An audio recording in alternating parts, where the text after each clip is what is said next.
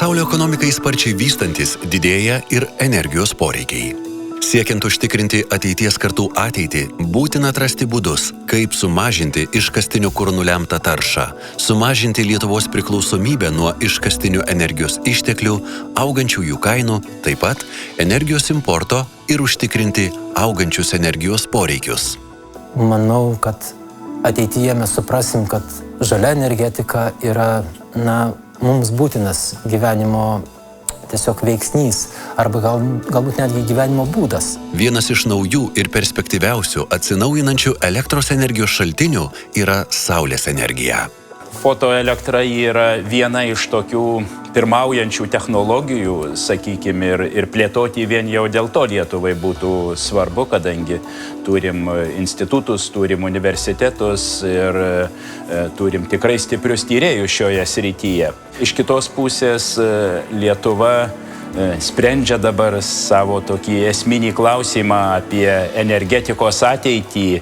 Patenkinti žmonijos elektros poreikius vienerius metus pakaktų saulės energijos, kuri pasiekia Žemę vos per 1 valandą.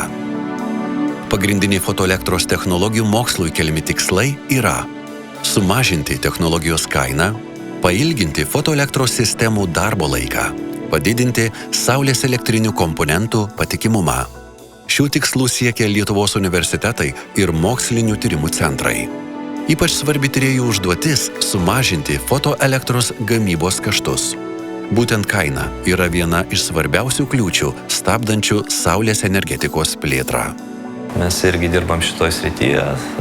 Tokie turbūt didžiausi mūsų pasiekimai yra saulės elementų, metalinių kontaktų, medžiagos keitimas iš sidabro, kuris yra brangus ir brangsta ir dar labiau brangs į pakankamai pigų varį. Mes konkrečiai ne tiek kuriam naujas baterijas, kiek tyriam krūvininkų elgesį, fotogeneracijos efektyvumą, pernašos savybės ir rekombinacijos savybės, kurios lemia efektyvumą bendrą saulės elemento. Mūsų centre labai seniai yra vystomos medžiagų charakterizavimo parametrų tyrimo metodikos, kurios labai gerai tinka ir tom medžiagom, kurios yra naudojamos fotovoltaikoje.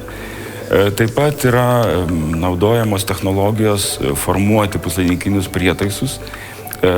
Tai šitos technologijos yra naudojamos taip pat ir silicio fotovoltiniuose elementuose. Lietuvos mokslininkai jau netolimoje ateityje planuoja atidaryti saulės elementų tyrimo bei atviros prieigos fotoelektros produktų, mokslinių tyrimų ir technologinės plėtros bei testavimo centrą Protech Lab. Tai ne tik leis Lietuvos mokslui pažangiai dalyvauti tarptautiniuose projektuose, bet ir padidins Lietuvos fotoelektros pramonės konkurencingumą. Lietuva turi itin stiprų visame mokslo pasaulyje pripažintą fundamentaliųjų mokslų potencialą. Pastaruoju metu sparčiai plėtojami ir taikomieji tyrimai orientuoti į gamybininkų poreikius. Mes užsiimam technologijomis, kas yra, sakysim, tarpinė stadija tarp fundamentaliųjų mokslų ir gamybos.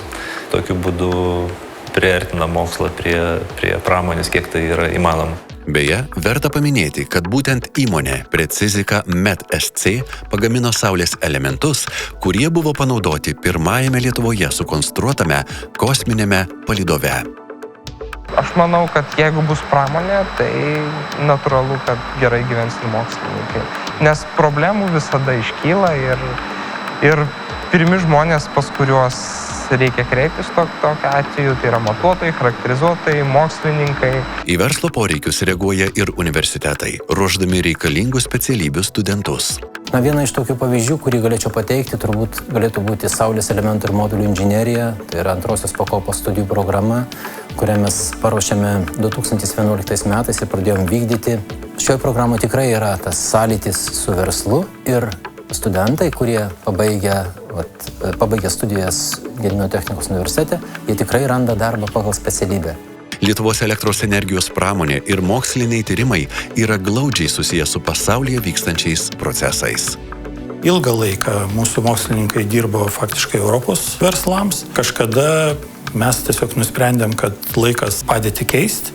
pradėjom ieškoti, ar tokį verslą galima čia Lietuvoje išvystyti. Na, šiai dienai mes kalbam apie išvystytą fotoelektros sektorių Lietuvoje, gamybinį. Mano supratimu ir šiandien mes tikrai esam tarp tų vis dar lyderiaujančių mokslo bendruomenių, kurios gali kažką tai duoti šitam verslui.